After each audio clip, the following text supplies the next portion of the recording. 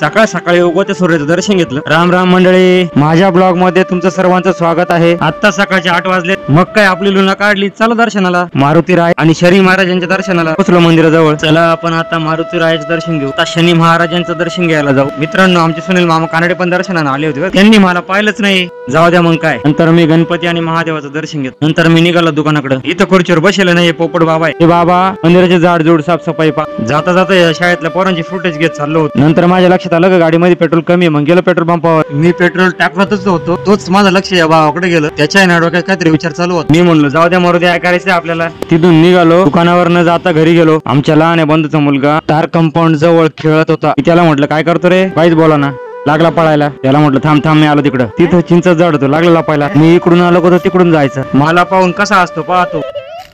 गहू साफ करायचं मशीन आलं होतं, आमच्या दीदीने चाळणी खाली पाठी ठेवली होती। शेवटी ना मस्त गोण्यादार उभी होती, गोण्यादाराला मी थोडीशी मदत करू लागलो। आमचं काम आटपल्यावर आमचा विलास भाऊ जेजूरकर, त्याच्या ट्रॅक्टरची डिझेल नळी फुटली होती, त्याला मी म्हटलं नवीन नळी आणून टाक। वाटला व्हिडिओ भावानो, कमेंट बॉक्स मध्ये नक्की सांगा, लाईक करा, सबस्क्राईब करा। स्वामी समर्थ मित्रांनो।